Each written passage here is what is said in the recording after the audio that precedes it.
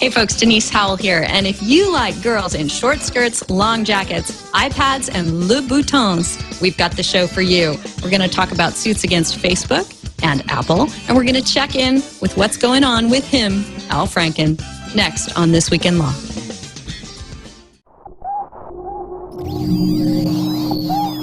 Netcasts you love. From people you trust. This is TWiL. Bandwidth for This Week in Law is provided by Cachefly at CACHEFLY.com. This is TWiL, This Week in Law with Denise Howell, episode 108, recorded April 22, 2011.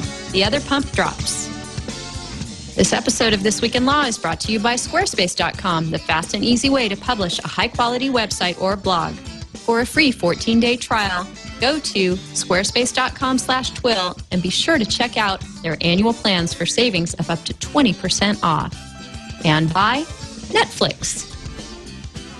Watch thousands of TV episodes and movies streamed to your PC, Mac, or TV instantly. Plus, get DVDs by mail in about one business day. For your free 30-day trial, go to netflix.com/twit. And by Carbonite. Carbonite Pro online backup for your law office. Carbonite Pro backs up your files automatically and continuously, so you're always protected. Learn more and try it free at carbonitepro.com. Hey there, thanks for joining us for This Week in Law. We've got your legal DJs here bringing you the best mix in this week's stories on law and technology. And we've got a great panel to do that for you today.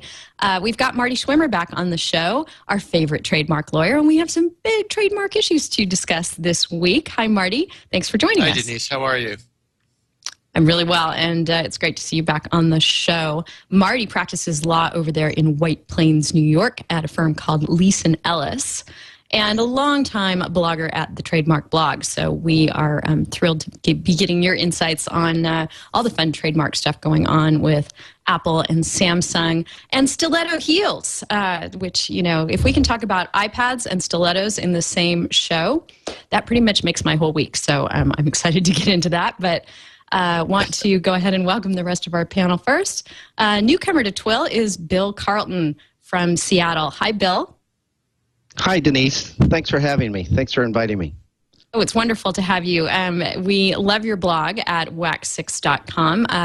Very interesting blog. If folks have not checked it out, you should.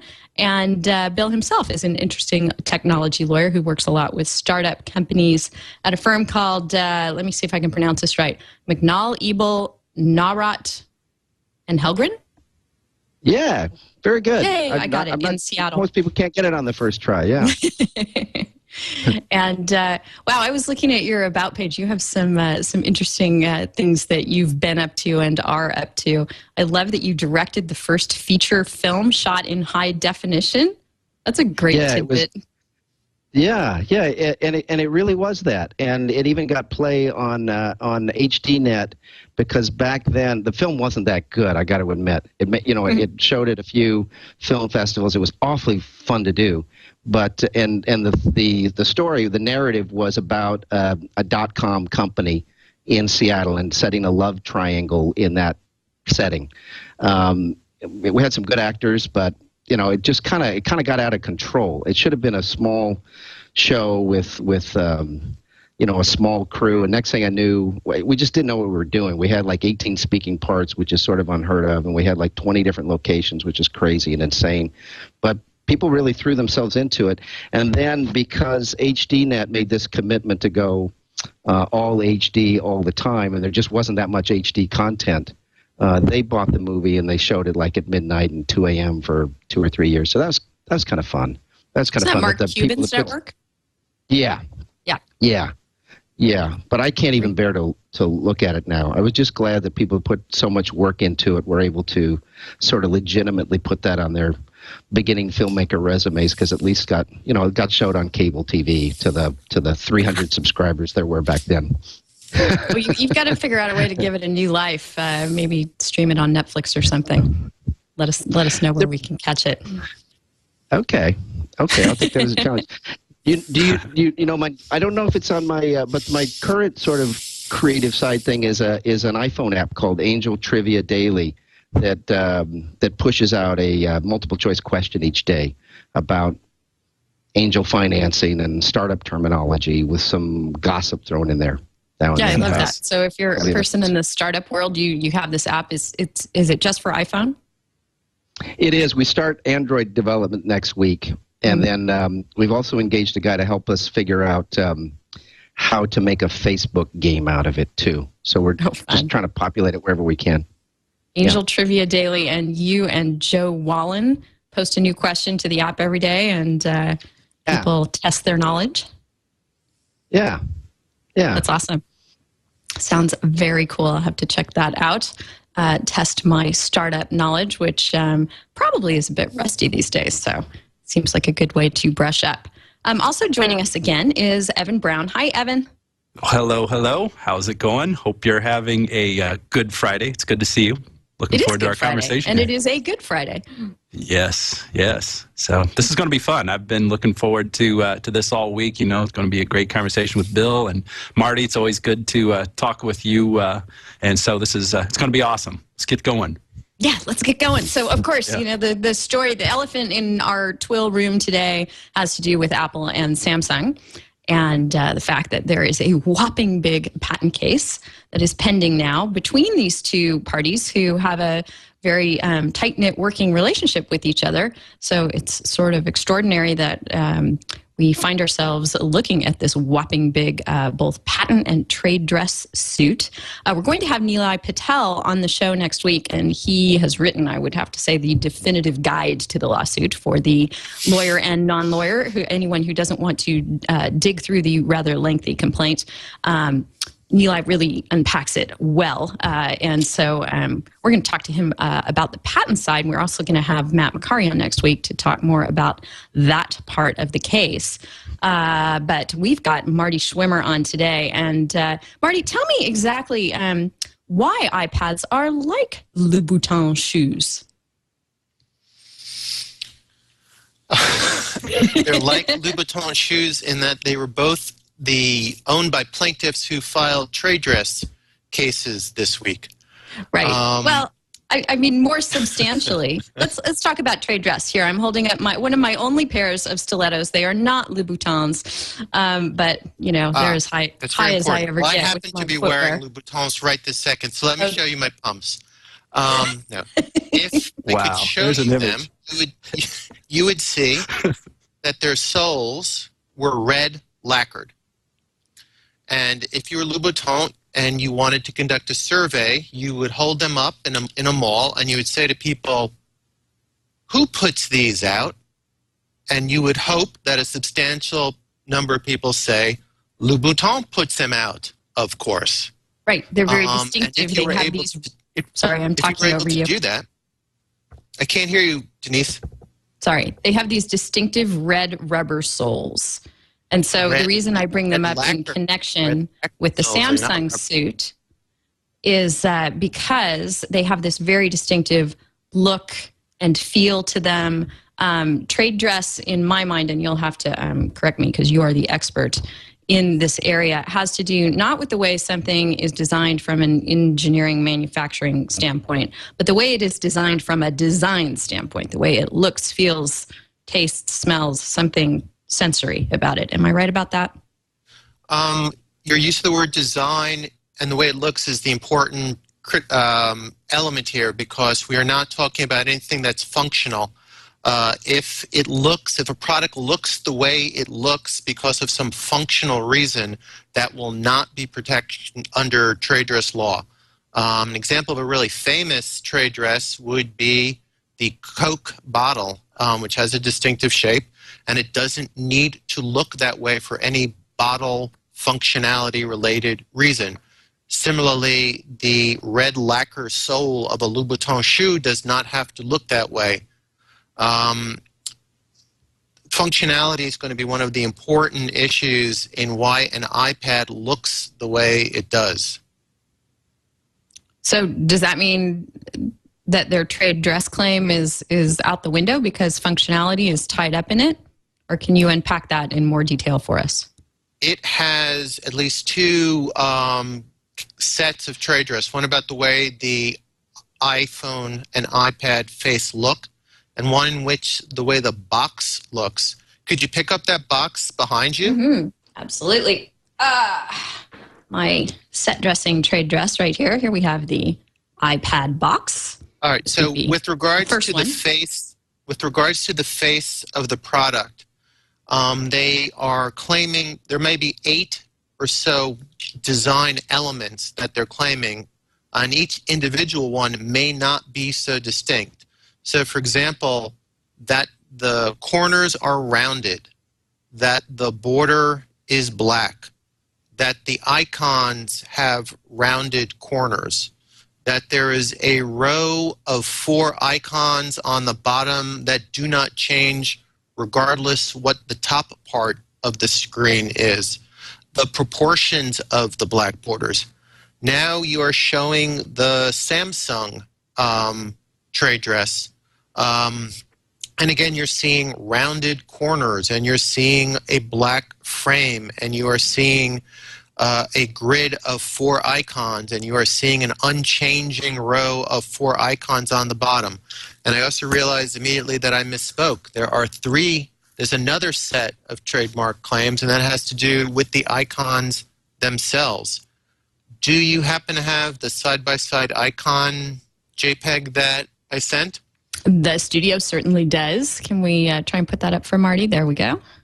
The left column are Apple icons. So that's the phone up on top, chat, photos, gears for settings, notes, a little man's silhouette for a different form of notes, and the iTunes icon.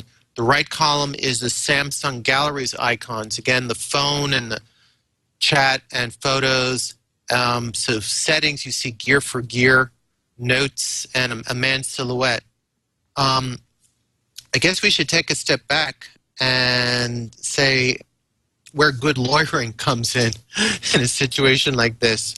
I kind of think, I find myself in the situation where the client comes and says, here's my proposal for the way things look, and I'll say, look, I know that phones are a handset is a universal way of signifying a phone, but does it have to be that close?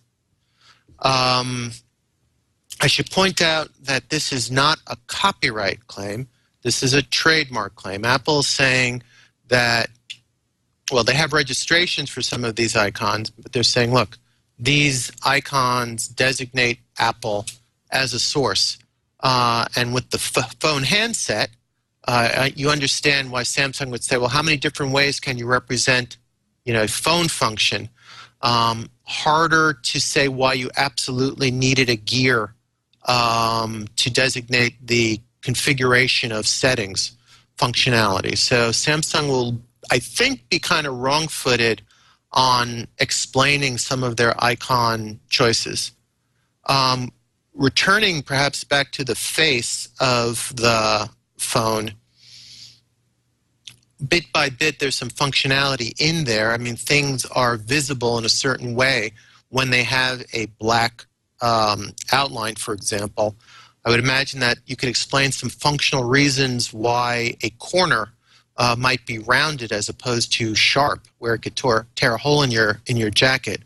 But that is one of the ways in which the court is going to evaluate this. Are these individual design points functional? I wonder if you could open up the iPad box, Denise, if the tray is still in the box. Probably. Hold on. Okay. Yes. So one of the claims in Apple's trade dress for the box is that there is a tray that rests on the top of the box and allows the product to be displayed at the top of the box the second you open it. And I don't like to often criticize other people's draftsmanship, but when I read that particular sentence, that the tray allows you to visualize the product more easily in the box when you open it, I said, that kind of sounds like a functional claim. It looks this way so as to perform a function. In order to defend your trade dress case, you basically have to say it looks this way for a decorative, aesthetic reason. Right. So that is going to be an example of a problematic claim. There is the Samsung box, and again, it's similar in proportion. There is a tray. There's What's also that crazy looking plug in the middle? European plug, it looks like. Oh, this is quite cosmopolitan. Yes. But in any event, you'll see that there's the tray. There's also silver lettering on the box. Again, Samsung will have to say, well, of all of the colors in the rainbow, why did you pick one that's not in the rainbow, silver, for your lettering? There are a host of defenses to this. Among everyone's doing it. It's not particularly distinctive to Apple. But this is how it will go. Was Apple's choices, are they functional? What was Samsung's choices? It's going to be a very interesting trade dress case. Yeah, it is going to be interesting. I think that someone in chat was saying, I think it was, I didn't write down who it was, but they were saying, if there were this distinctive color on the actual device, if it had a red back, like the Louboutins have their red soles, that they could see, how this would be more of an argument on Apple's part. And I, too, am sort of struggling with how, you're able to bring a very substantial lawsuit over good packaging. Apple is the emperor of excellent packaging, and as somebody who spends, way too much of her time unbundling kids' toys that are bound up with those terrible, god-awful wire things. I can't tell you how much I appreciate Apple's good packaging. And just the fact that people are emulating good packaging, I think is something that, as a society, from a policy standpoint, we would want to encourage under the law. And when I look at, the Apple packaging versus the Samsung packaging, yeah, it's similar in that it's simple. But, we have things that are different shapes, different colors. Are they really able to enforce a claim on the premise that, Apple has well-designed packaging and others are now trying to emulate them? Denise? To unpack what you just said, when you said they have good packaging, you then seem to give functional reasons. Mm-hmm. They seem to be easy to unpack, for example. So if that's caused by the shape of the box, the relationship of the top lid to the bottom lid, the material, so that there isn't a lot of high friction in opening it as opposed to a shrink wrap package, for example, you are articulating a functional aspect. And if Samsung can argue that, yes, we're emulating this functionality and that's why the boxes look similar, then that would be a successful defense with regards to good packaging. Another sort of issue is that pre-purchase and post-purchase. Normally, trademark confusion can arise because there's something away in which you encounter the package in the store that's confusing and leads to a confused purchase. Or post-purchase in that you see someone with the product, you see someone with the Louboutin shoes, with the red shoes, and you lust for them, and you say, where did you get those shoes? And they say, Louboutin, that's the only place to get the red shoes. So that's an example where post-purchase confusion can be actionable. It's harder to articulate a theory as to how Samsung gets a sale because of the way its packaging looks, unless people really see the packaging in a display case or something, and then this must be the smartphone that I want to buy, the person confusedly said. Right, because they look similar. Well, the fact is we have gotten to this world where all smartphones do kind of look similar. And I think people have been waiting for, and I hate to say it, the other shoe to drop on this to see if Apple was going to begin to start clamping down on people. And yes, indeed, it looks as though they are not pleased with the fact that they came up with this great sensorial, visual, tactile experience that, again, others are emulating, maybe for reasons of function and maybe for reasons of confusion with a very popular and status-associated brand. Bill, have you taken a look at the suit, and what are your thoughts? Well, I did read it when Denise, when you put it on the list. I read that it was interesting to read. I wanted to ask Marty if, he said he didn't want to sort of second guess other people's drafting, but one thing that stuck out to me was the use of the metaphor, the face of computer and telecommunications industries. And it comes up a few times in the complaint that Apple has changed the face of the industries. And I think they're meaning that as a metaphor, as a figure of speech, like they've really revolutionized the industry. But I wondered if that's problematic for them too, because you can take that term literally too, and if they've sort of set a new standard that phones, don't look like that anymore. They look like, here's a Samsung. It's not it's a Win phone, but that all phones now have to be a piece of glass. The surface is a piece of glass, and that's just like a new standard for the industry. That isn't. That's a new function. That's a new thing that phones have to do. They have to have primarily a touch interface as opposed to a, the kind of the keypad interface. Is that problematic, or am I just misinterpreting or overreading that metaphor? No. Well, with regards to their use of the term face, changing the face, it could be almost the problem with their argument, and you've touched on it. Apple has pioneered several different elements in smartphones, and you're quite right to say that touch screen is the touch interface is the obvious point. And Samsung will have to argue, or Samsung may choose to argue, that it is the nature of a touch screen that dictates some of the elements that Apple is claiming exclusivity for. For example, because it's a lit screen like this, does a black border make this touch screen more legible? If so, then black borders have a functional aspect to it, to which Apple will say, well, you didn't have to choose our exact proportions of a black border.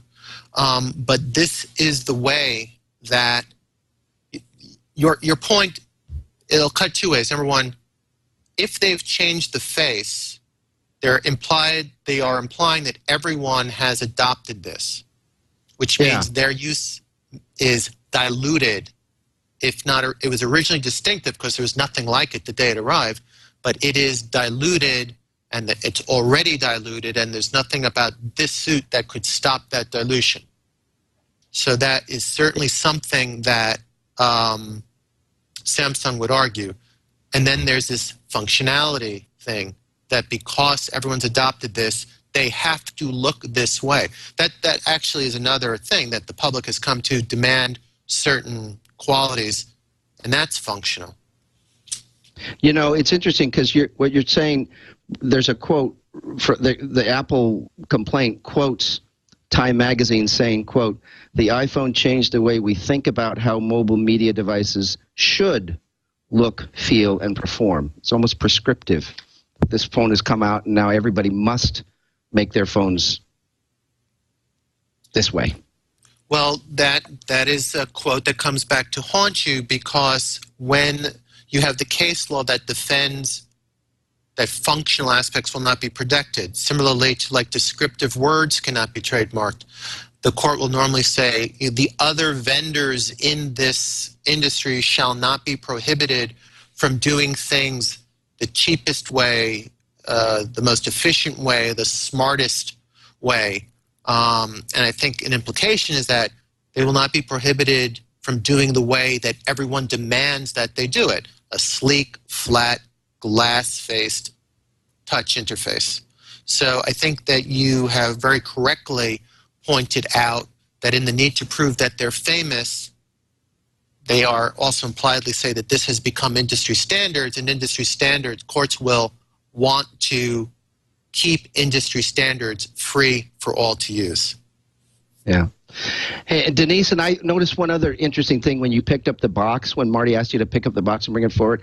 Mm-hmm. I think you opened it sort of like this, Right. or you were like pulling at one side. And I thought part of the thing that Apple wanted you to do was to sort of open it like this and have the air kind of whoosh out as you kind of pull it up. Oh my gosh! Isn't that Now Adobe's going to get after you for saying the word air. Good job. That's right. Oh, sorry. But no, I thought that was interesting that you didn't Tupperware whoosh?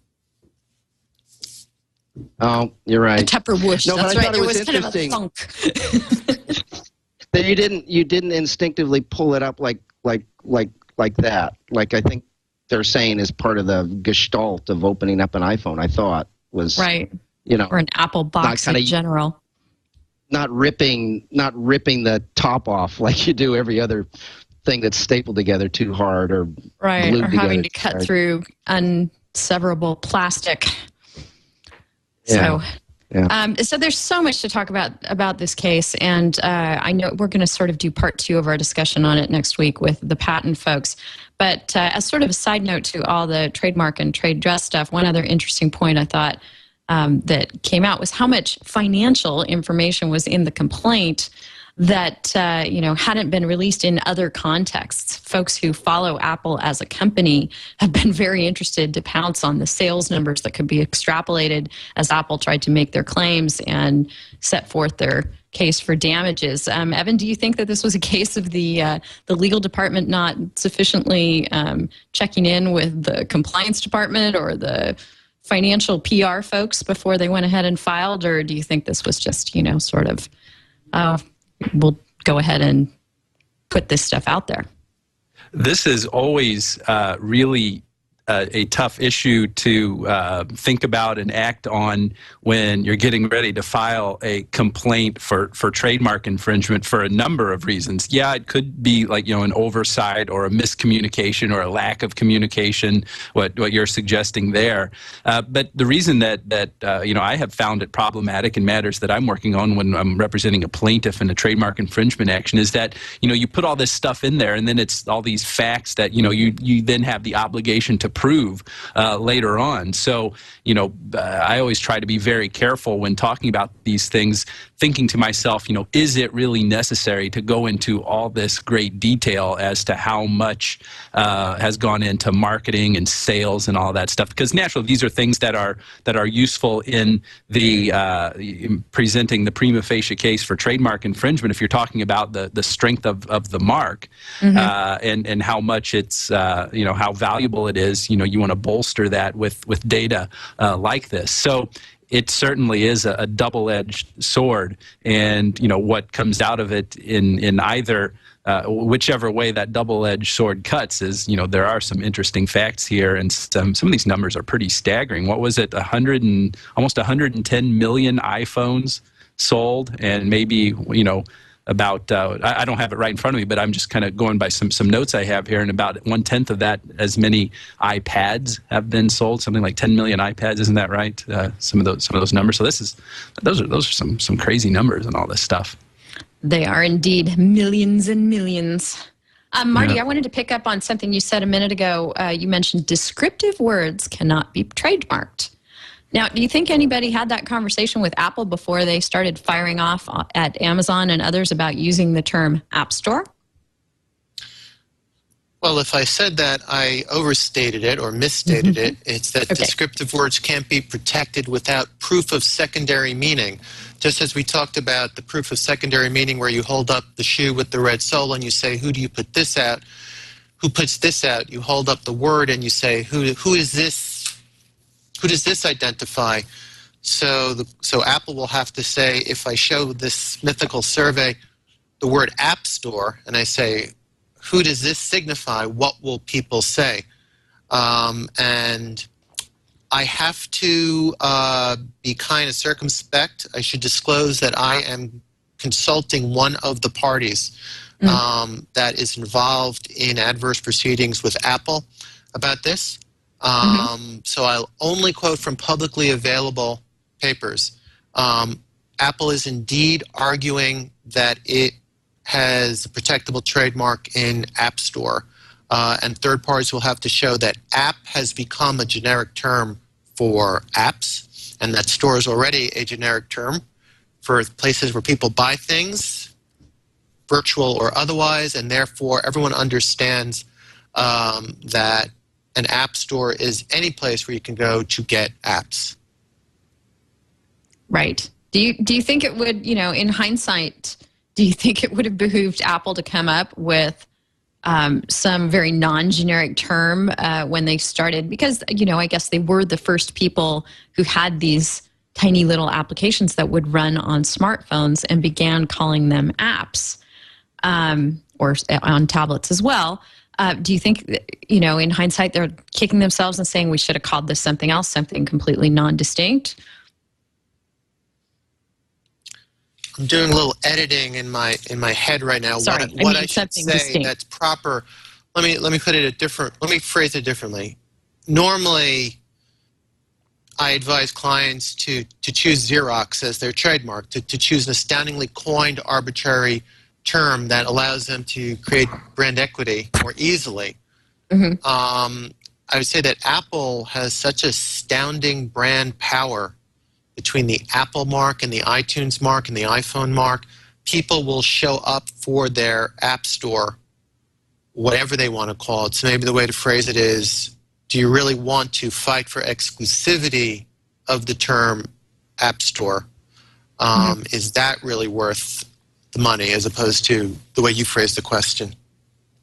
In IRC, we're saying that we're, let's see, it's Web 5160 who's chimed in that Apple has always said applications instead of programs, and the file extension is .app, so it made sense to say App Store. But, again, if you're going to, Apple is not the only person who has called computer programs applications historically, I would imagine. It's someone else is saying applet, and app is an obvious abbreviation of application. So, they definitely sort of rolled the dice in deciding to call their marketplace an app store, and invited people to, if you're going to have a clothing store or a CD store, it's an object.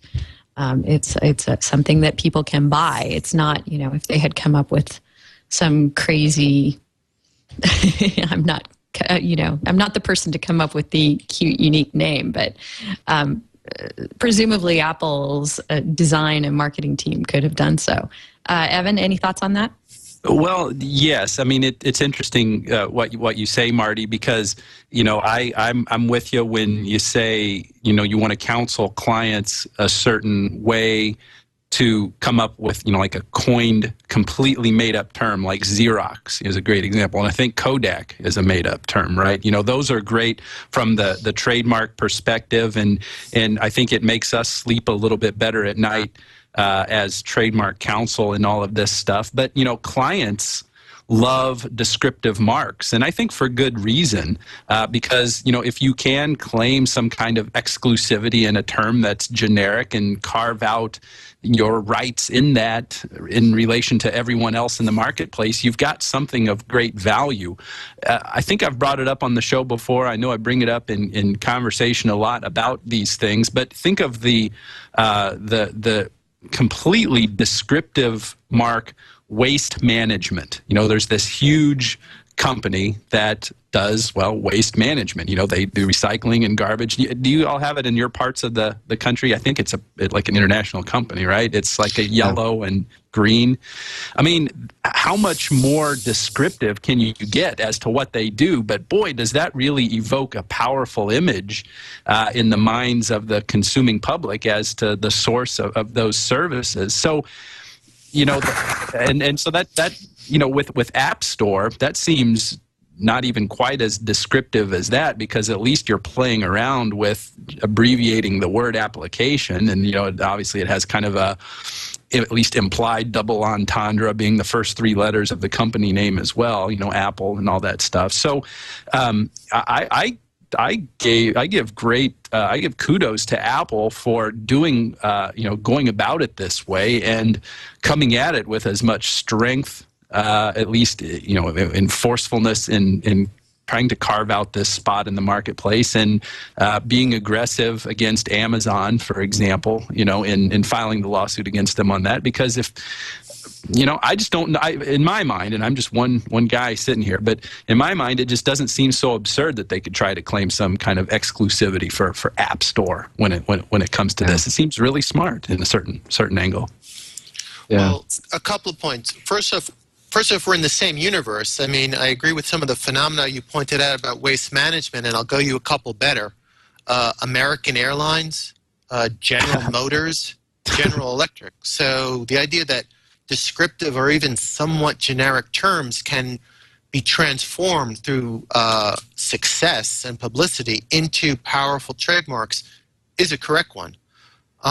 Also, I mean, I noticed an IRC comment here about marketing always wants the easiest identification and that lawyers want to make it hard. I wouldn't categorize it quite that way. Marketing, especially when they're first to market, want to monopolize the descriptors in that field because of ease of identification and because it's a anti-competitive tool. Also, we're kind of talking about a tertiary identifier.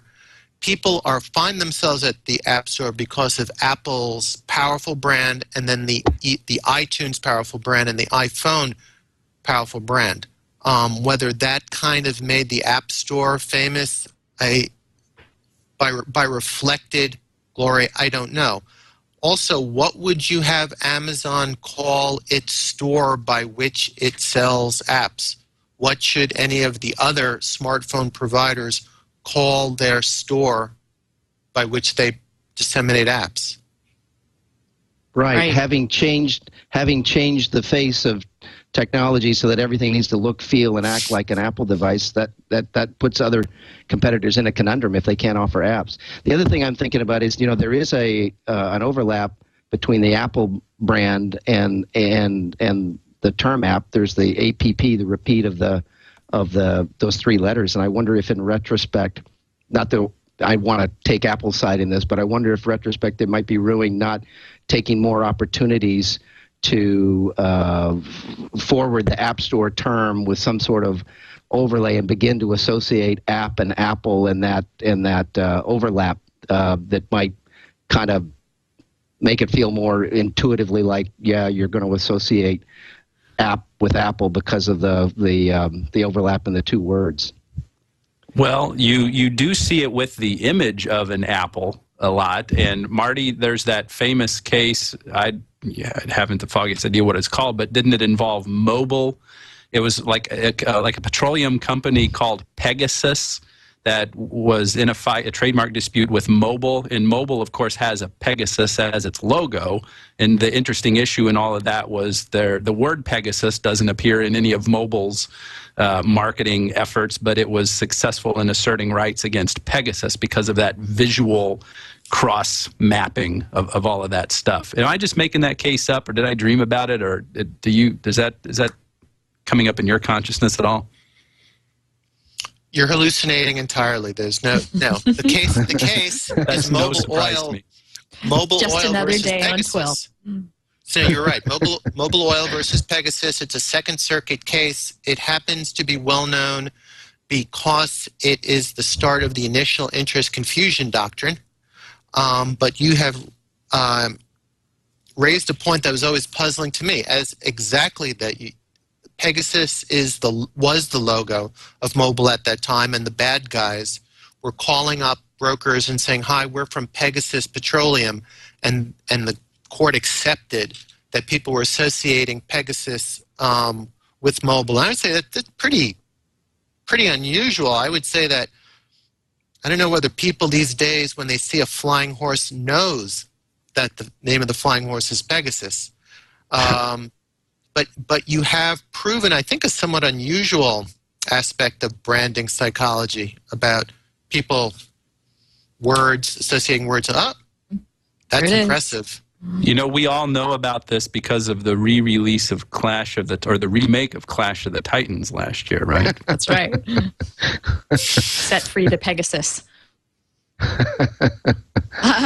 So, Marty, we've gotten a couple of interesting comments I'll just throw in from IRC. Somebody is wondering, JD and Canyon is wondering if someone has programs trademarked.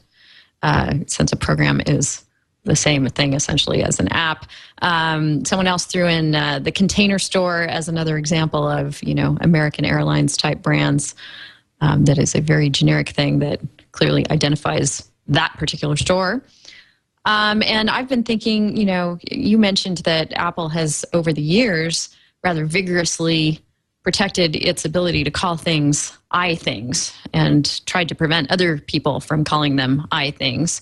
And another IRC threw in that they should have just called it the iApp Store and they would have had a better case. But of course, that doesn't trip so lightly off the tongue as App Store.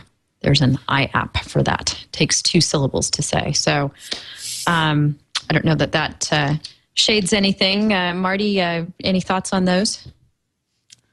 I'm getting a little distracted reading the IRC chat as it goes by. I see that someone said, I saw that iApp Store. App Market, that's a fairly plausible thing. Whoa, yeah, we got to be careful, though, with the market stuff. You're going to get the Googles after us. The Google's after us for market?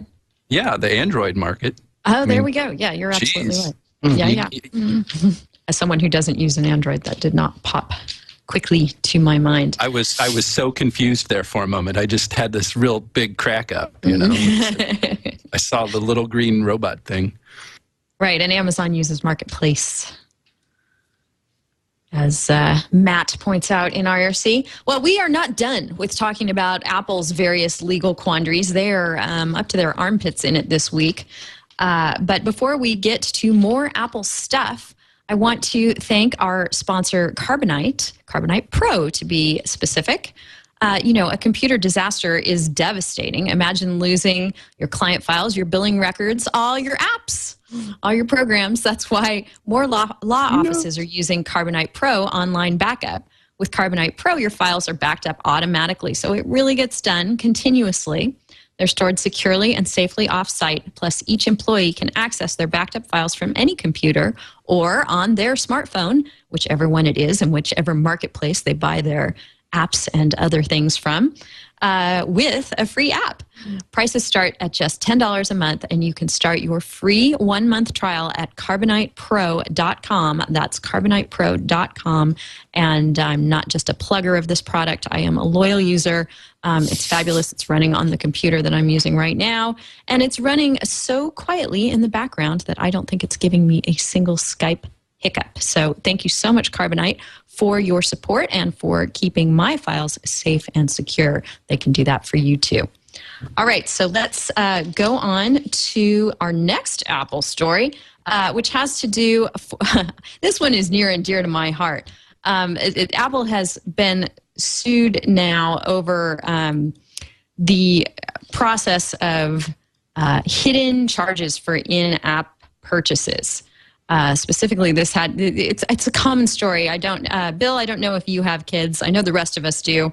But you're the parent. You've given your iPhone or perhaps your child's own iTouch or iPad to them to use, and lo and behold, you pick up your credit card statement and there are $500 of charges on there that you had no idea were coming through, simply because your child knows the proper password to enter to say, okay, I'd like to buy that in-app item, whether it's, the Mighty Eagle in Angry Birds or, whatever added bonus the game makers or other application supplements are out there have seen fit to put in their apps. So finally, there is some brouhaha about this. Evan, are you surprised to see this come up? No, not at all, because I know that people file ridiculous lawsuits all the time. So that's what's animating my thoughts of this. I mean, how hard is it to make sure that your kid doesn't buy, apps that you did, or, make purchases that you don't know about right there? I mean, this is totally not Apple's responsibility. They've made some changes since then, so there are some remedial efforts, which, of course, shouldn't have any evidentiary value in all of this stuff. But this is just, maybe it's just because Marty's on the show, and then and I'm somehow led to be more libertarian or something just by being in Marty's presence. But and you can see I'm smiling real big, Marty. I just can't believe that the guy who's filing this lawsuit is going to try to shirk so much of his own accountability over what his kids are doing, or how other parents might be able to supervise what their kids are doing using a device. It's just this is one of the silliest lawsuits I've seen in a long, long time.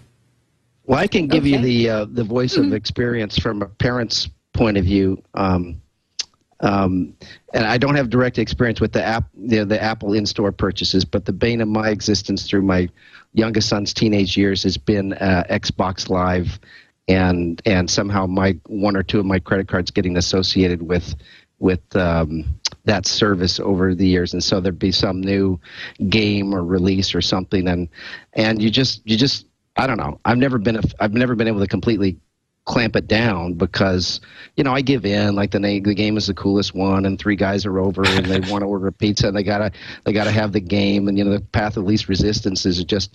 But then the credit card is there in the Xbox Live system, and it's just too easy, too tempting. Somebody clicks a button. It's only $5. I'll tell Dad about it later. So you just have to barter with them. You just have to say, what do I get for that? For that $12. Are you gonna do the dishes the next couple of days, or do something? Well, this is beyond just phones and tablets, as you point out. It's on console game systems. The iTunes Store, I think, has some distinction when you're using it on your computer between having one-click purchases on or off, so that you're not just able to automatically hit the credit card associated with the account. And, so and even just on your television, you've got your Roku box hooked up to various services where, it's either one click or, you just need to know a password and you're hit with various charges, your cable on demand service.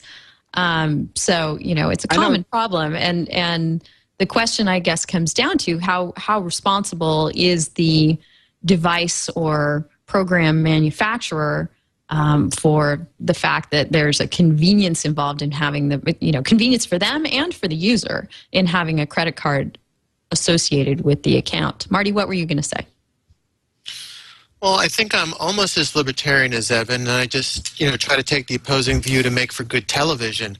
A couple points. First off, it's the parent's fault a lot of the time when there's complete disclosure, and I learned that the hard way, or at least the $72 way, the first week that I let my then 13-year-old, buy iTunes songs. There's a little bit of human nature involved. I mean, before Westlaw and Nexus offered all-you-could-eat packages, those first-year associate bills were pretty high because they got trained into not thinking there was a cost associated with pulling down a case or something. So even when there is disclosure, human nature kind of makes you run up the tab. But I mean, I kind of agree with Evan. If there is disclosure to the parent about the cost per unit and they still give the password to the kid, I don't see the manufacturer having much of a moral liability. But that was a key if. Is there disclosure about the per item purchase? And, if we're talking about all of these things, this burgeoning virtual goods industry with like social games on Facebook, do people really understand what the charges are as they're racking up the points? Right. Well, if this is one where Apple is perhaps morally in the right and simply just trying to provide a good user experience, and there's not, a perfect way of ensuring who the user is and whether they are authorized to have the charge, There's a slightly different moral shade to what's going on with finding one's location via one's, for example, 3G capable, cellular capable device, an iPad or an iPhone, for example.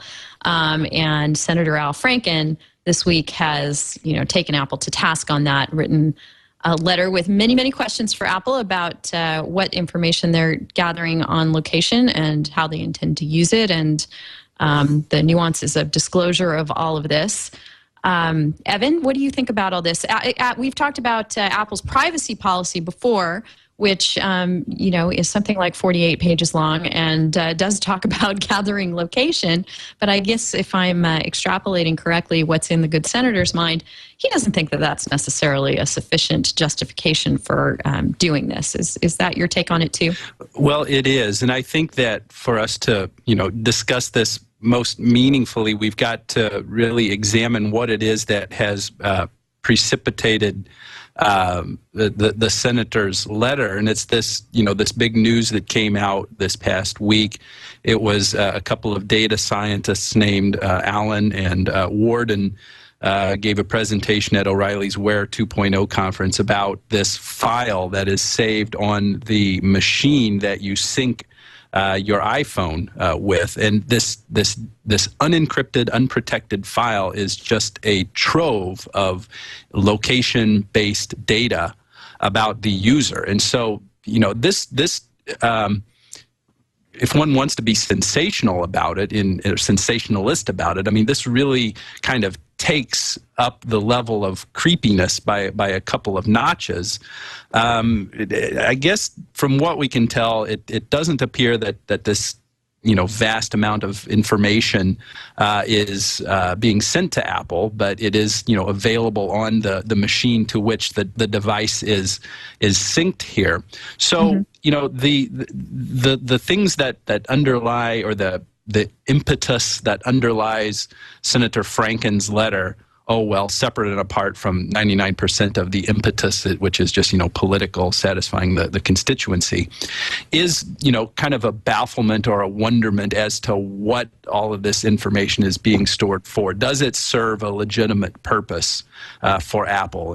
And incidentally, the news just came out today. Both of these stories are written up on Read Write Web, that Android devices do something similar, except that the information is stored on the device itself, and it doesn't appear to be as much information. It's written over as the cache becomes full. So we're at this point, since these stories are new, and this discovery of this storage of so much information that has so much, informational value to it, why is it here?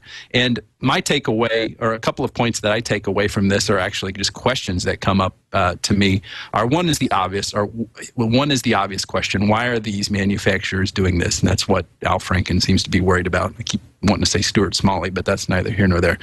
And the other one is, oh my gosh, did it really take us this long to figure out that that's what they're doing? Aren't people hacking these things all the time? And if this was has been going on since the release of iOS 4, at least a year ago, how come it's taken us this long to figure this out? Those are the couple of things that I find most interesting about all of this, besides the obvious big privacy implications. Oh my gosh, what are we going to do about this? Right, and the fact that Al Franken didn't close his letter by saying, "This seems wrong to me, Al Franken." How about to you, William Carleton? What's your take on this? My take on this is that we want this. There's two sides to this, and as users, we want our phones to be very sensitive to our location where we are. And I don't know if you got the email I just sent you, Denise, but I took a screenshot of Foursquare and representing how I used it when I was in Chicago a couple weeks ago visiting with my brothers. Evan, I'm sorry I didn't come in and say hi to you. Yeah, I knew you were here though. But there's a new release of Foursquare that's just incredibly more powerful than the prior versions have been. And I won't go into gory detail, but one of the functions is this Explore tab that lets you, it obviously knows where you are, and then it gives you, is there any chance, is there any chance you could get that email and yeah, I just sent it up to the studio, studio, so hopefully while we're talking we can flash it up. Oh, okay. Well, it located where I was. It let me make a thumb tap or two about kind of what category I wanted to be in, and then it displayed in a radial format what was going on in real time at different places. And then by tapping on the icon for each place, I would see the live stream of what people were saying about the place and get a sense of how many people were there and the character of the place, not just in general, not user reviews that are, sort of dated and boring like a some sort of review site, but what people were actually saying at that moment and who they were connecting with, and pictures of who was there and what was going on at each scene. And I thought it was incredibly powerful. And I don't know enough technically to know how plausible this is, but in the bit of reading I did to prepare for the show about what these devices are holding, it sounds to me like there could be some legitimate concern about the battery drain on the device, and if the device, because it isn't actually locating you as precisely as Foursquare was locating me in Chicago the other week. I think what it really is keeping track of is where the cell phone towers are, or where Wi-Fi hotspots are. So it's kind of approximating where you are, and then that helps supplement or substitute for when you don't need to make the full pull on GPS. So as consumers, we want the devices to do this. I think we're still pushing what they can do. It does have a dark side, right? Because if if legal doctrine doesn't change, if the legal standards are still going to be, look, a phone is like a cigarette pack. It's on your person. It's incidental to your arrest. We already know that there was a California case, and Denise you said you talked about it on the show before. There's a case about it being okay for the officer to take the cell phone from a person and check their text messages, and there was something on the text message that was incriminating for this particular person. Where do you draw that line? Is it okay then to take my phone from me and see where I've been checking in and pull out the data?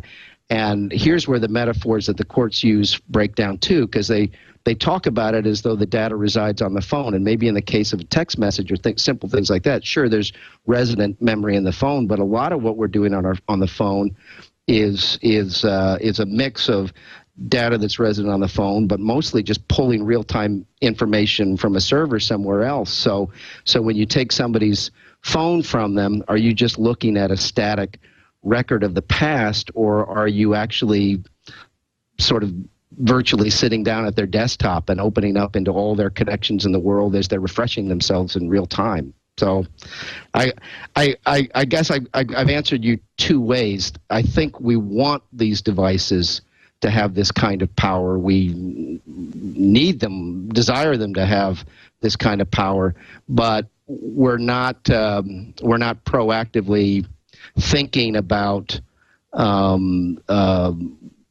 supporting the privacy concerns with changes in how we think about surveillance. Right. Well, M. Benson in IRC points out, oh my gosh, the iPhone also saves your photos and your email and your call logs and your contacts. There's a lot of information on these devices, and people know that they are GPS enabled and tracking them around as they use applications like Foursquare. I think that there needs to be, adequate disclosure, and I'm with the congressional and senatorial concern about the adequacy of the disclosure. I think that's where we have sort of a disconnect between people's expectations of what's actually happening. They know their emails and photos are there. They don't necessarily know that this information's being where they are is not just an ephemeral thing, that it's being cached and put on other devices. And I think, you raised the excellent point, Bill, that we need also to have some clarification over what third parties, without your permission, can access that data.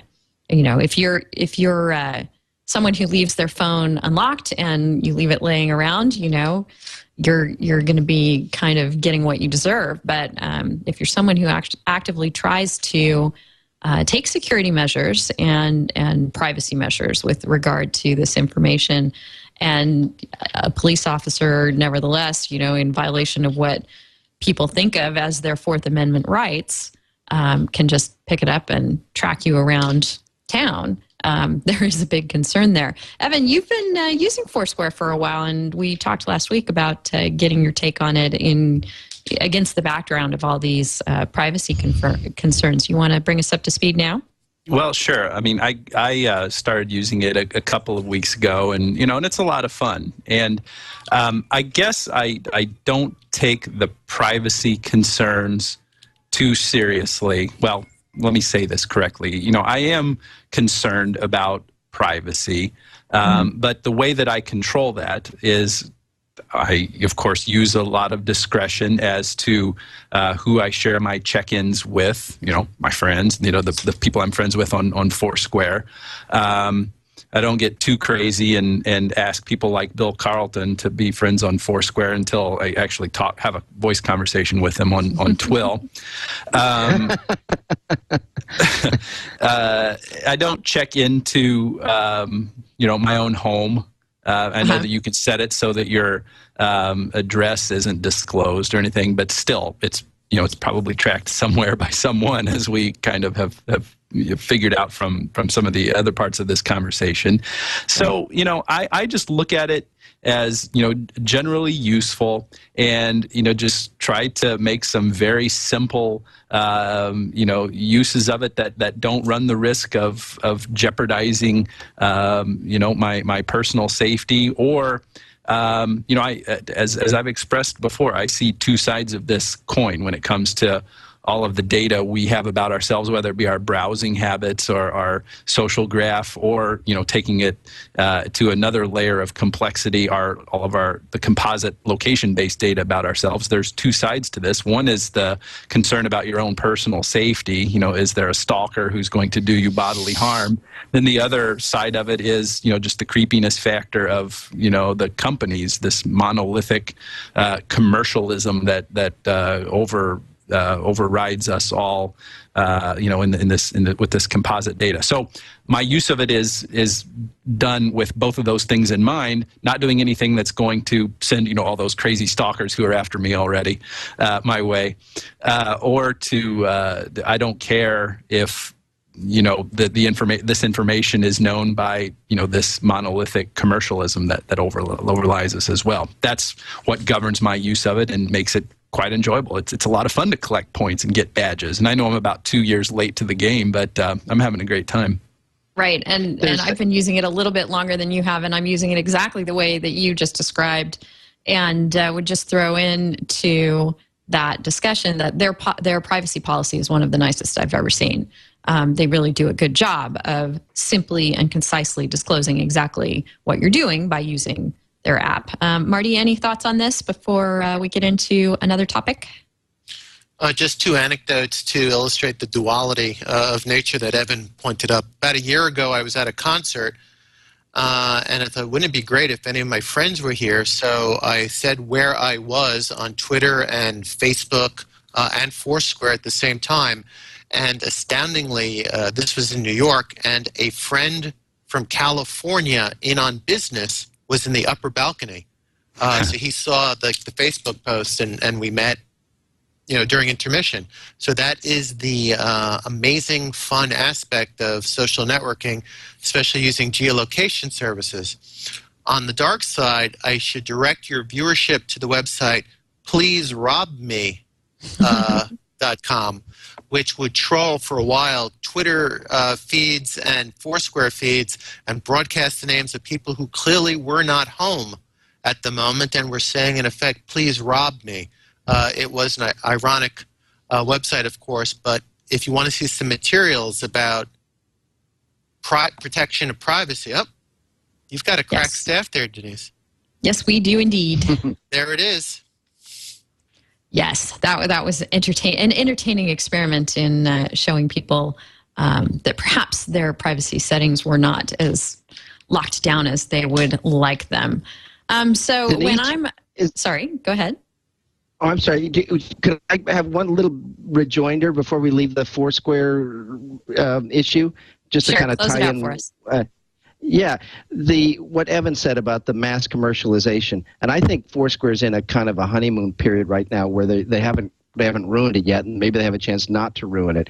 But right now, my experience of it is they've enabled all this new rich functionality, and right now it doesn't appear to have been co-opted by being sponsored or commercialized. It looks like it's really organic, user-generated stuff that's going on. And if there's a tipping point at which they say, okay, now that the users have added all this audience and all this value and all this excitement, we're now going to stack the deck and sell or prioritize information based on sponsorship, kind of like what the decision Facebook has long since made. That's going to suck the energy out of the experience. Yeah. Well, I know Denise said you'd close this out for us, but I've just got to add on that point. It's my experience, at least among the members of my social networks, and I'm using that term broadly, all the people that I'm connected with on Foursquare, Facebook, Twitter, subscribers I know to my blog or whatever. Facebook Places seems to be so much more popular than Foursquare, at least among my graph. So that has already been co-opted. I mean, that was co-opted even before it had a chance to begin, right? So there's already some built-in concern there with all of that. Yeah, Foursquare is above the fray so far, but that's just fine. Hopefully, it'll always stay that way. But we've got plenty to be concerned about already with. Mark hanging out with President Obama talking about all this stuff. Yeah, I wonder if they checked in on Facebook Places. Hanging with the Prez. Yeah, I don't know how well it's supported on the BlackBerry, so we'll see. Hey, so one thing that's great about Netflix is that you can't rack up a whole lot of unknown charges on it, and neither can your kids, because it's an all-you-can-eat kind of price.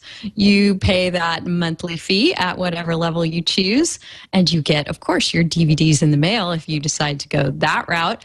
But, of course, really the more powerful and fun way folks have been using Netflix lately, since they've basically come in and dominated this area, is the instant streaming that the service does. And we're really thrilled to have them as a sponsor of This Week in Law. They deliver movies directly to your home, to your phone, to your iPad, to your various devices that run the apps for Netflix. And that saves you time, money, and hassle.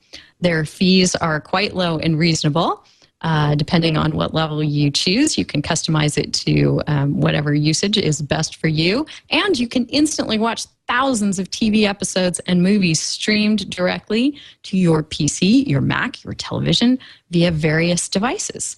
Or, you've got your Xbox 360, your PS3, your Nintendo Wii, your Roku, and so many DVD players these days just come standard with the Netflix app on them. I know my dad just got himself a new Blu-ray player, and he's thrilled that he now has Netflix streaming just as sort of an add-on to that device. You can watch as many movies as you want, anytime you want. There are never any late fees or due dates. And we have a streaming pick for you, and I picked this, Evan, with you in mind, and I'm so thrilled to report that the original Monty Python's Flying Circus aired originally between 1969 and 1974, has 45 episodes available for streaming instantly on Netflix. Some of our favorites. Nobody Expects the Spanish Inquisition is there. The Buzz Aldrin Show, live from the Gorilla Mat. It's just so great to see all 45. So yeah, the parrot would be there, right? And the pet store with the dead parrot. I think the parrot is there. I haven't looked through all 45 titles. Of course, that is a classic one too. Full frontal nudity, The Naked Ant, the show just entitled Intermission. They're all there, 45 of them, just waiting for you to stream if you're a Netflix subscriber already.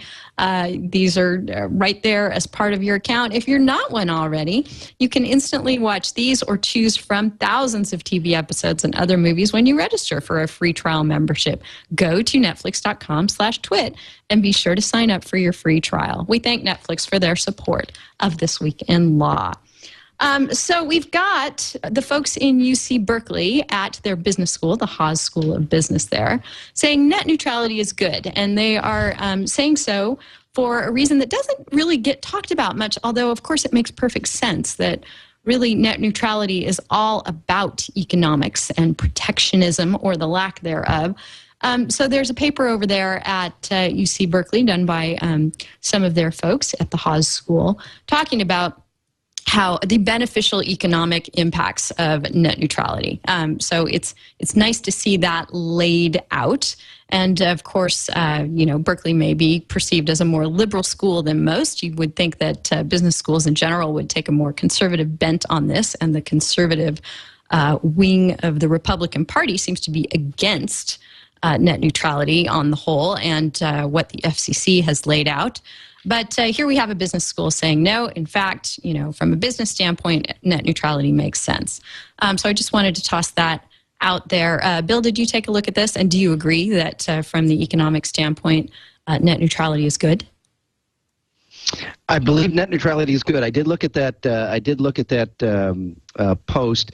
Net neutrality is good. I think it's good to have economists weigh in and come up with an economic rationale to kind of counter the onslaught against net neutrality that's happening, because there are business reasons, philosophical reasons, economic reasons, and sometimes the opposition hides under another guise. So the net neutrality, as modest as it was, the net neutrality order, and as imperfect as it was, and we can get into that because it isn't really about net neutrality. The order the FCC tried to promulgate at the end of last year was really about a net neutrality for your grandparents' internet, the landline wired broadband, not mobile broadband, because the FCC came down basically with the Google Verizon proposal from last summer that mobile broadband be exempted from rules, and that the mobile internet essentially allowed to be carved up and privatized. So I think with the ascendancy of not trying to take sides in politics, but with the ascendancy of the Republican Congress and the move to even just sort of squash that little nod toward a kind of net neutrality or some net neutrality principles that might be analogized or applied to the mobile broadband development, at least as a measuring stick, a moral measuring stick.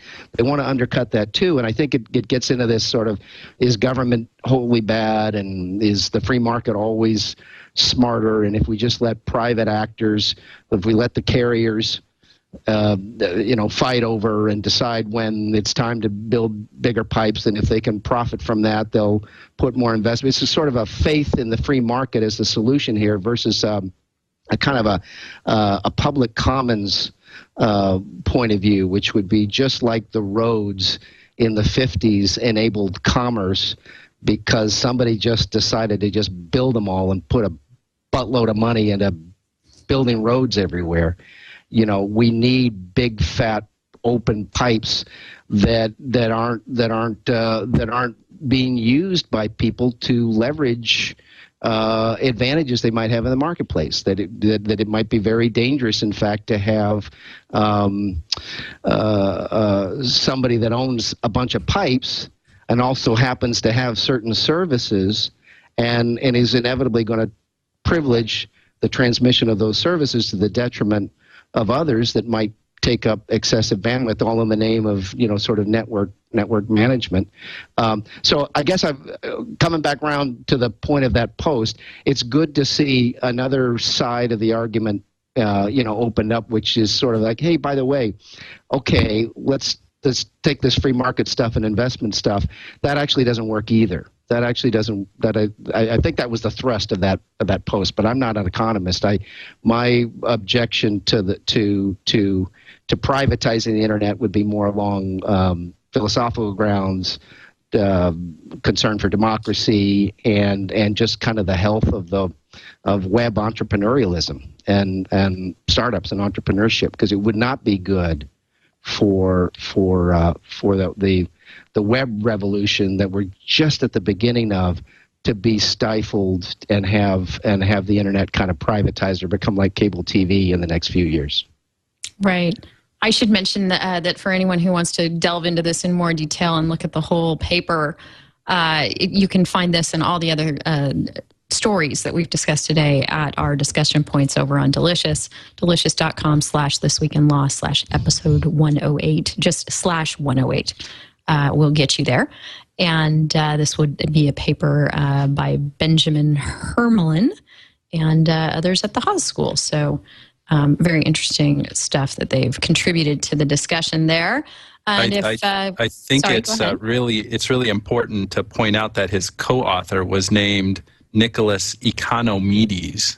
And isn't that great? An economist named Economides. It reminds me of this list that my father-in-law has curated for years, and I've kind of helped him add to it, of people whose vocations match their name or their names match their vocations. On the list are a urologist named Dr. Wiswell, a lawyer named Jury, his last name's Jury, a podiatrist named Sorto. So got to add, Economides to the list. He's an economist. So absolutely, he was destined to be one from birth. Yeah, it's in his blood. No doubt from a whole family of economists.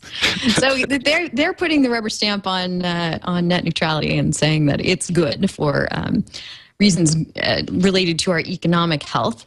We have an EU court saying that internet filtering, on the other hand, is bad for reasons related to copyright law and what it is and is not supposed to do. So this was an interesting point that came up this week. Let me get into the details of it here. 1 second, it's not right in front of me. Here we go. Really good write-up by Rick Falkvinge, if I am pronouncing him correctly. Falkvinge on info policy. He sounds like a good Swedish guy.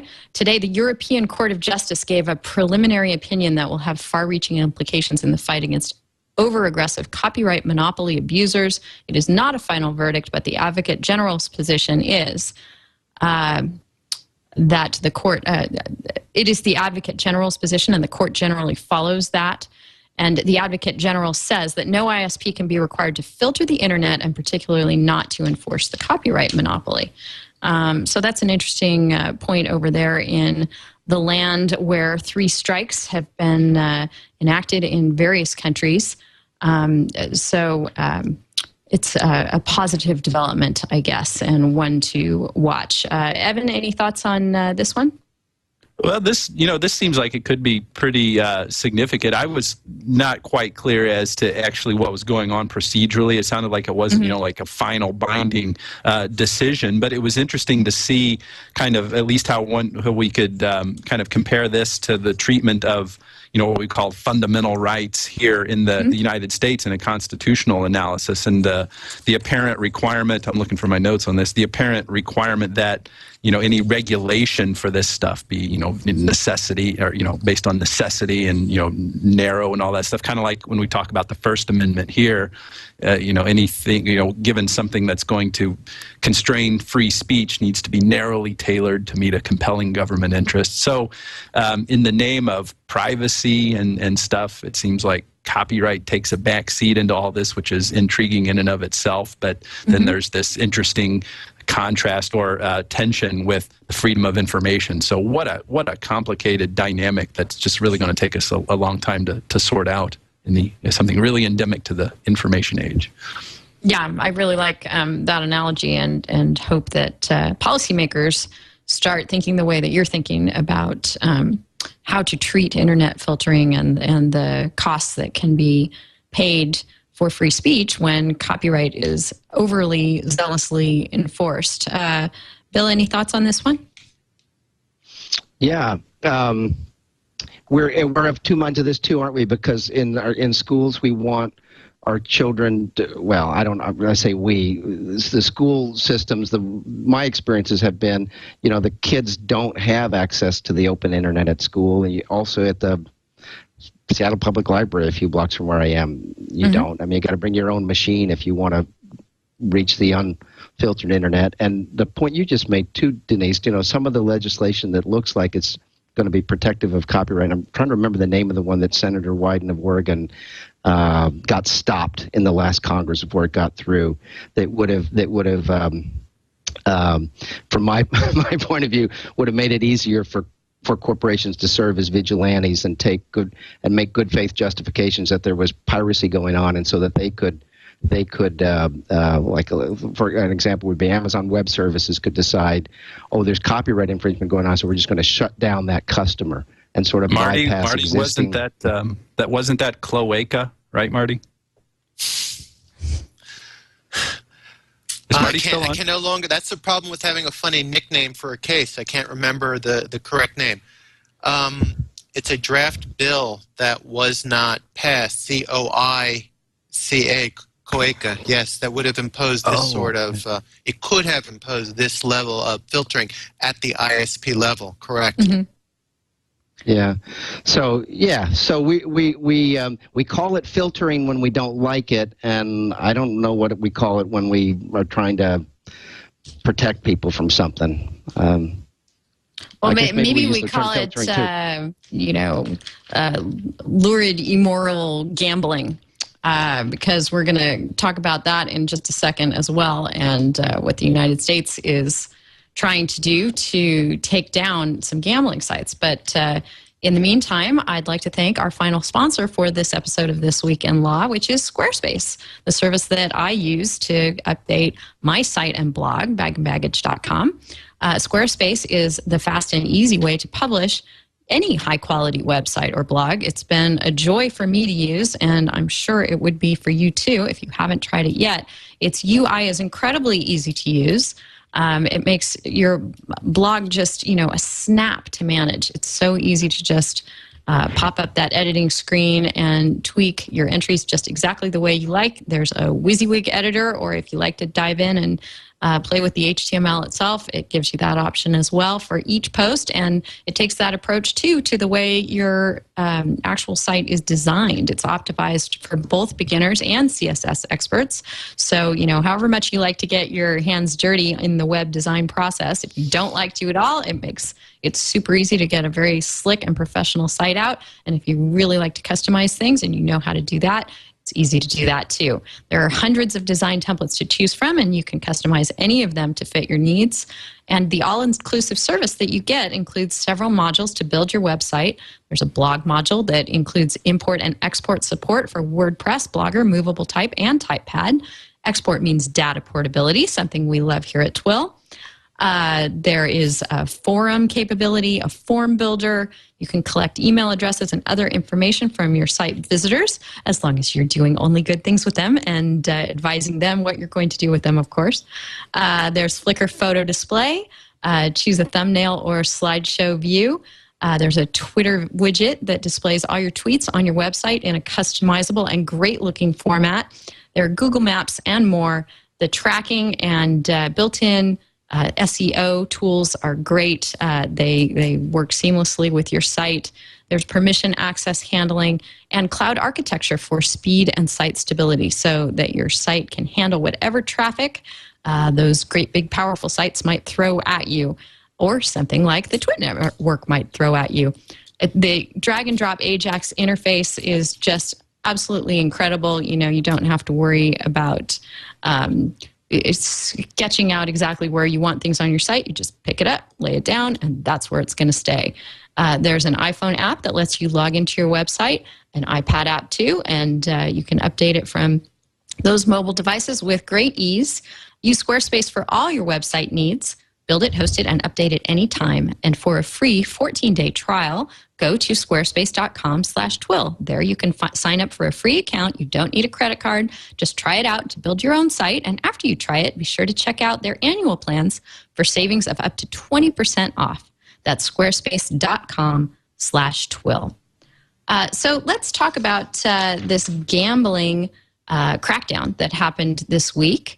It's sort of, again, this is one of those other shoe dropping kind of things. The U.S. has never been too happy with these online poker sites and the way that money can flow rather in perhaps illegal or nefarious ways through them. So they're coming after them. And even though these sites are offshore, a lot of them, that's not stopping the U.S. So it's a good lesson in what the federal authorities can do. They're trying to seize the U.S. domains, Marty. So why don't we start with that and how exactly they plan to shut down these sites? Well, I don't know how I would advise someone what to do with the domain names other than to say, VeriSign is the registry of the .com and .net top-level domain names. They are a United States publicly traded company. Some of the servers are located in the United States. I take that back. I guess I'm not going to say I would ever advise anyone to do this, but I might point out to them that were they to take a domain name that was not in the .com or .net TLD, perhaps its servers were in some other country, and that the registrar was in some other country, then among the things they would not necessarily have to worry about was the United States' ability to make some form of in-rem seizure. So that's the first thing that strikes me about the posture of this case. The other thing is, speaking of COECA, we were around the same time there was proposed legislation that would give DOJ increased powers to seize domain names, and that bill was never made it out of committee, I think. And then within 2 weeks, DOJ was suddenly seizing a lot of domain names. So people are kind of surprised that DOJ apparently always viewed itself as having the power to seize domain names. In and of itself, I don't find it particularly horrible that law enforcement agencies can seize tools within their jurisdiction used to potentially commit crimes. The problems have to do with the mistakes, and we're seeing a lot of undocumented media coverage of domain names that are being seized by mistake. So that's one of the problems with what's going on. It looks like the federal indictments, even though they're against these offshore entities, we've got Poker Stars based in the Isle of Man and Full Tilt Poker based in Ireland, that there are enough sort of U.S. players involved. For example, there's a defendant, John Campos, vice president of SunFirst Bank in Utah, accused of processing gambling revenues in exchange for a $10 million investment in one of these entities. So, they've got people here that they can go after, and, as you were saying, Marty, they can, to some extent, shut down access to the sites, and I've got to think that the U.S. is a huge market for them. Bill, is this going to put a crimp in your afternoon pastimes? Well, I did used to do day trading. That's the only gambling I did for about maybe about a year at best, and then it just got too scary for me back in the back when Amazon first went public. Yeah, that was a long time ago. No, I stay away from gambling, whether it's in public equities or card games or whatever. It's all kind of gambling to me. Right. Evan, we were talking about the government pursuing things on morality bases. Do you see anything sort of selective about this, or anything that smacks you as, we've got plenty of gambling in the U.S. Why shouldn't we also have gambling online? I see a pretty strong comparison between this and the movement to legalize marijuana.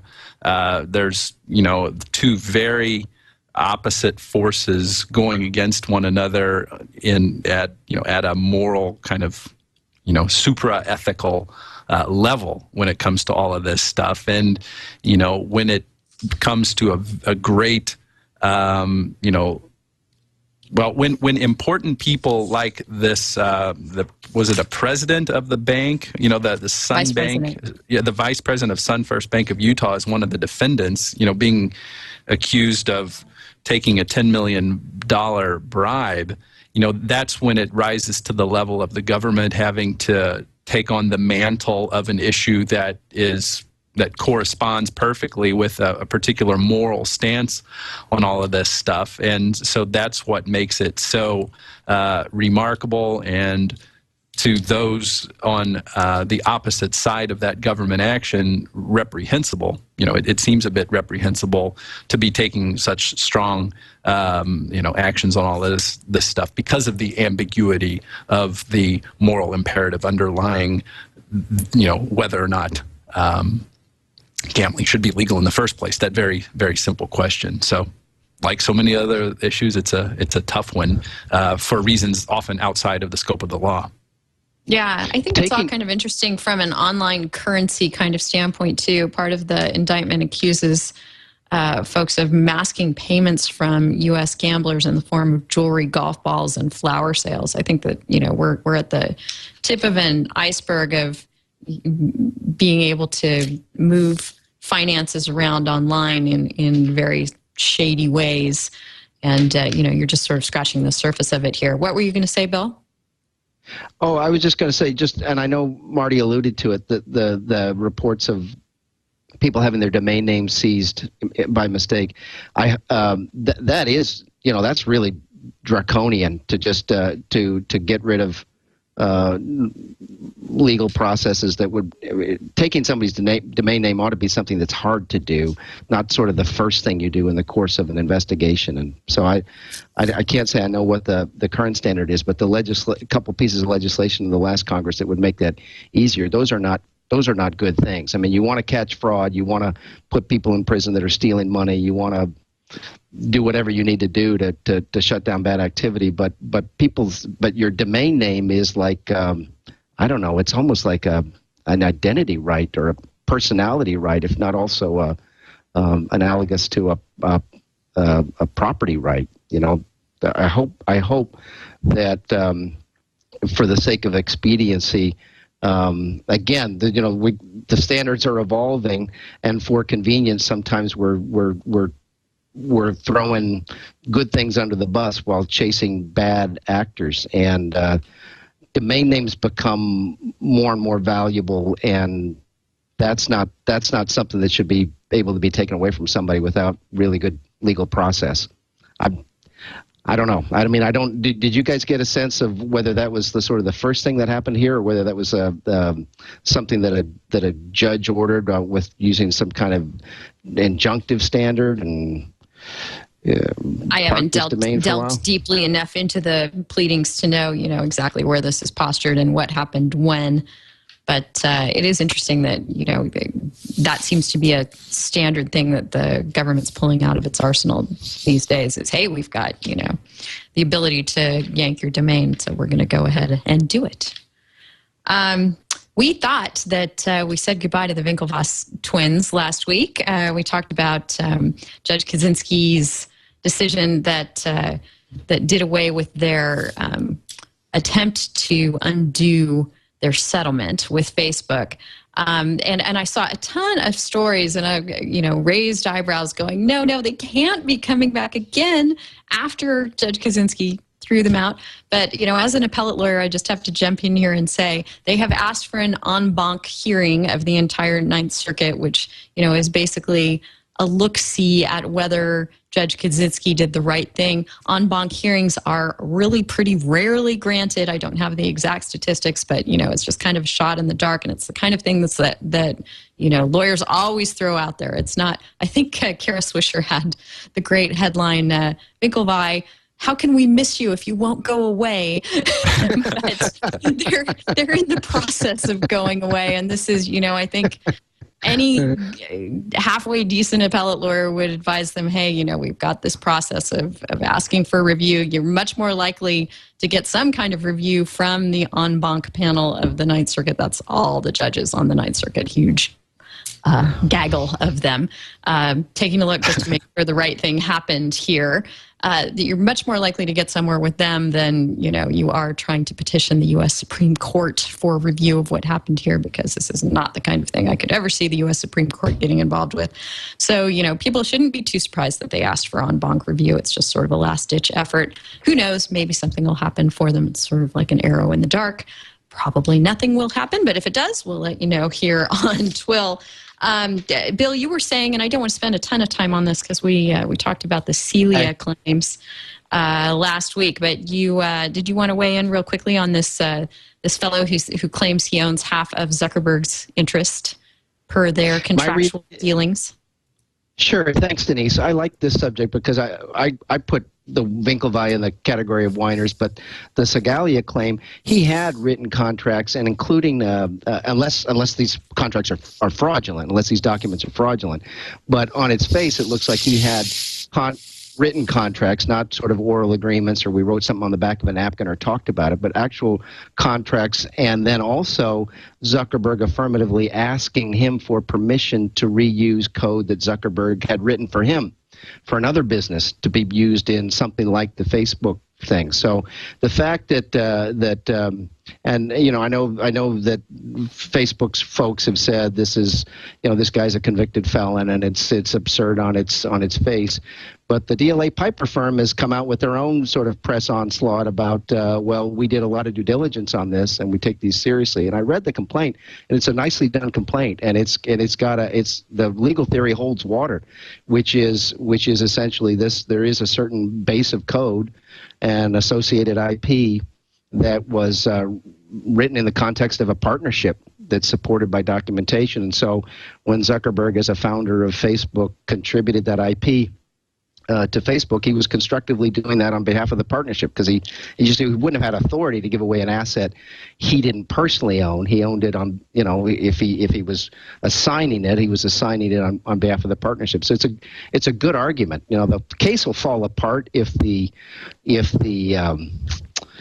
documents are not real, but if they are real, then Zuckerberg has a problem. It's not really Facebook's problem, unless you go out a different layer, because the complaint is directed at Zuckerberg, and Facebook's only really named at all for one I think is 17 claims, but one for declaratory relief, to just basically say Facebook needs to pay attention to whatever gets ordered on all the other prayers for relief against Zuckerberg. Right. Thanks for that. And we linked to your great post unpacking all of that over at wax6.com. So folks should check that out for more on the, I don't know how to pronounce his name, Celia or Segalia, but he's going to be interesting to watch and see if he actually shakes something out in that lawsuit. So we have a couple of just quick things here at the end. I'd just like to say a sad and fond farewell to Google Video, which is not going to be with us for more than, I think, the next week. And I think that you know, who knows why Google decides to shutter various services or not.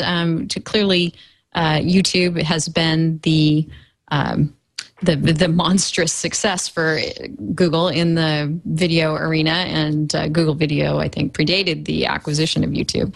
But I've always kind of liked it, you know, and it's always been sort of its own little world and community. And the copyright angle of it is that I think it's been somewhat easier, less policed, shall we say, easier to find things that you were looking for on Google Video than YouTube, because YouTube has gotten all the scrutiny and, you know, far more users and audience. So, you know, who knows, maybe that played into it, and it's something that Google will be able to say that, yes, we decided that we were not going to operate this site, which didn't have quite the same kinds of controls that we've had over on YouTube. I don't know. I'm just wildly speculating there. So I am going to be sad to see it go. Goodbye, Google Video. What else? Oh, there's this great, and I heard this earlier this week on Tech News Today. Last week we spent some time enjoying and commenting on Google's Copyright School Copyright School video. And Marty, I saw you were entertained by that as well.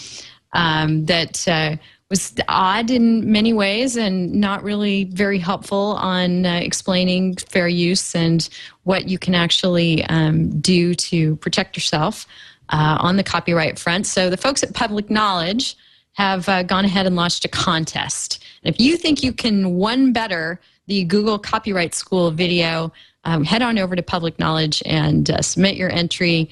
I think they're awarding $1,000. So that would be pretty cool, and obviously great publicity for the person who gets it. Evan, you and I, in the last couple of days, have been noticing this trend toward faux SSIDs for fun and deterrence. Yeah. I was sitting in a coffee shop the other day and looked at my phone, and there was an open Wi-Fi network I could have joined that was called Password Stealer, which after I tweeted prompted Evan to change the name of his network on one of his devices that, actually produces a network that others can see, to, what did you call it, VirusBot or something? Yeah, VirusBot. I did that a couple of weeks ago when I got my new infringing Samsung, Galaxy S. There we go. Did I say infringing? Because I guess we'll talk about the patent stuff next week. I guess I am a direct infringer, which they'll have to prove in order to get secondary. Well, anyway, that's a lot of fun. The Galaxy S 4G has a mobile Wi-Fi hotspot capability. You can set up a mobile hotspot, which is just wonderful. And I was having some trouble connecting with my work computer because of all the weird stuff there. So I'm just going to set the darn thing to be open. So I called it VirusBot, thinking that would be enough deterrence, even more deterrence than what 128-bit encryption would be. Right, so I'm going to go ahead and make that one of our tips of the week, to name your SSID something incredibly terrifying. And I was getting tweets back from people that they'd seen ones called honeypot and other things. And, what better way? Why use WEP or WPA? Just scare people off. They'll never jump on your network. The other tip we have for you comes from The Economist, which had a great piece. Let me get the author's name for you here. Actually, it doesn't even have the author. It just says it's from the print edition, but it's called Spare Us the Email, Yada Yada. And it's a nice piece on how nobody reads email disclaimers and they're completely useless and they just sort of propagate each other like, salmon spawning for no particular reason other than, they're compelled to do so. And so it's a good piece, well thought out piece on why you should really rethink those things and probably just trash them all together. So do check out Spare Us the Email, Yada Yada, and consider what you're going to do with yours if you actually use one. I like Cory Doctorow's comical ones, or nothing at all. Finally, our resources of the week are, again, we have a comical one and a not so comical one. Law and the Multiverse, which came my way via Spatial Comfort on Twitter. He happened to be my 7,000th Twitter follower too. So thank you for both the cool resource of the week and the Twitter love. And he pointed me toward a blog called Law and the Multiverse, Superheroes, Supervillains, and the Law. I've seen this kind of thing before. Maybe you guys, I don't know if I've seen this exact one, but maybe you guys have too, where someone, will take the fictional environment and sort of flesh out all the legal concerns. So this one, for example, the current posting from today looks at She-Hulk #3 and again just tries to put the fictional world in the context of our actual legal framework and how things would play out. It's pretty cool to check out. And finally, our not so comical and perhaps quite useful resource of the week was from Lisa Borodkin, who was on with us last week, and it's a form that Google has that she just sort of unearthed. I don't think there was any fanfare about this. But if you have a court order against a third party who has posted allegedly unlawful content, and you would like to have Google enforce that court order to the extent that they can, if your court order is directed to Google, you're not supposed to use this form. They don't accept this form as service of process. But if your court order is against a third party and involves what Google can do to help enforce that court order, there's a form, handy-dandy form where you just put in your name, you upload a PDF, and they'll process that for you. So that could be quite useful. I know you just want to run through this quickly, but yeah, go ahead. Why aren't we upset about this? The fact that Google is doing this, evidently being more solicitous to people who have, perhaps pulled the wool over the eyes of some poor state court judge in a rural part of the country, and Google is at least giving a nod to the fact that they might listen to that. I find this a little bit troubling. I mean, fortunately, Google says, there's no guarantees we'll listen to what it says, but I could see a judge, really getting bamboozled and ordering that perfectly protected content be taken off the web, and then here you've got a direct line into Google to let it know of that and to have that, really be squelched here. I mean, it seems like they're trying to do a couple of nice things in the name of public service with the copyright school and then this, but man, there are some serious derogatory aspects of them as well. Yeah, I guess that's a good point. At least from my standpoint, if you've gone to the trouble of getting a court order, you're right. Maybe it's not something that should have been issued or, hasn't been vetted by higher courts, but at least it serves some gatekeeping role. And it can bump it up the attention process, I think, by using this form. Marty or Bill, any thoughts on this thing? That's beyond libertarian, Evan. That's a pretty. It's an odd position that state court orders should not have a presumption of validity. State court judges have made mistakes, but as far as a presumption goes, we understand that intermediaries like Google and Amazon and domain name registrars, when they get demand letters from private parties. Yeah, these are unvetted claims, and I think we would be annoyed if Google was taking upon itself to evaluate claims. And this is why when they do have like trademark dispute policies, they'll say give me a certified copy of your trademark registration, so that way we don't have to evaluate anything ourselves. The idea that they shouldn't trust a state court order is a little odd. In my point of view. I see it as just, sort of a shortcut to the Google legal team. And if you've got a real issue with the order, then, you have remedies for that. Bill? Yeah, candidly, I actually was involved in a case that went to the Second Circuit in which a .com registrar enforced an Alabama state court order. And that was like a complete defense from any wrongdoing on the .com registrar's part. These things are presumed valid. Well, I guess I owe a mea culpa for my jadedness and I'm not, indicting any of the judges that I appear in front of course, but, having practiced... It's out there. Yeah, having practiced in the Circuit Court of Cook County here in Chicago, I'm just sometimes skeptical about what state court judges say. I'll leave it at that.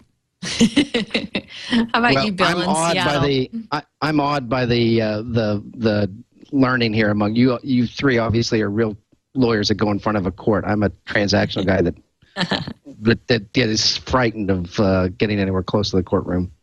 Right. Well, as are most of us and any sane person. So with that, we'll go ahead and wrap up this episode of This Week in Law. We really appreciate having you on the show. Great job, Bill. Great insights. Thank you. Thanks for having me. I'm the link you gave us to this site applying law to superhero actions is just absolutely outrageously funny. That's yes. I'm sneaking a peek at it while we're talking here. That's going to be a fun read.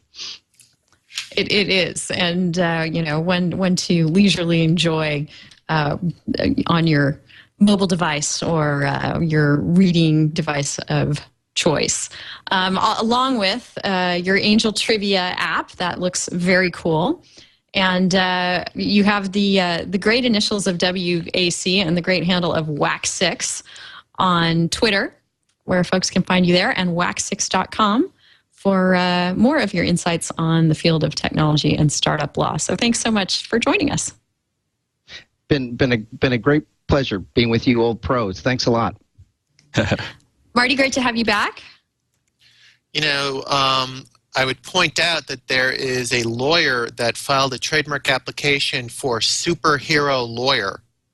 And Marvel and DC jointly own a registration for the word superhero. And they have brought an opposition against that lawyer who is outraged and has sworn to defend it.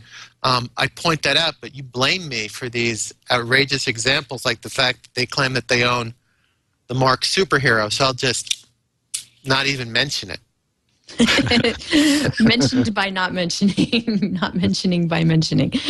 Marty, so great to get all your thoughts and expertise on these trademark and trade dress issues. So much in the news today. Of course, folks can follow along as things develop at thetrademarkblog.com and follow you on Twitter at Schwimmer Legal. And Denise, you can borrow my Louboutin pumps anytime. Thank you. I need some. I was telling Evan, he was asking if I was going to wear mine on the show, and I said, well, I'll just have to see what I can cobble together from Payless Shoe Source. Because if I'm going to drop my cash on something that makes me feel, sleek and like I'm using a well-designed item, I tend to drop it on those Apple items. So that's where it goes. Evan, great having you back on as well. Yeah, awesome to be here. And, thank heaven above that we can just be talking about mundane things like, Apple and Samsung and, all these privacy things with our iPhones and stuff like that, instead of Skynet going online and becoming self-aware and launching its attack on humanity, which happened this past week, right? Were you aware of that fact? Yeah. Yes. So, because those implications would be much more pressing, I guess. So I'm glad we can be talking about these things. Thanks for having me. Great time. Someone has to. Right. All right, guys. Thanks so much for joining us. Thank you so much for tuning into This Week in Law. We record every Friday at 11 Pacific, 1800 UTC at live.twit.tv. You can find us in all sorts of venues after that, after the live recording. You can find us at twit.tv/TWiL. You can find us on iTunes. You can find us through any MediaFly-enabled device. And we really appreciate you joining us for this discussion of law and culture and technology. And we hope to see you again next week. Hit us up at our Facebook page, facebook.com/thisweekinlaw, where we post up pre-show questions. Get your thoughts on what we're going to discuss. And until next week, we'll say bye-bye and walk carefully in your Louboutins. Cheers.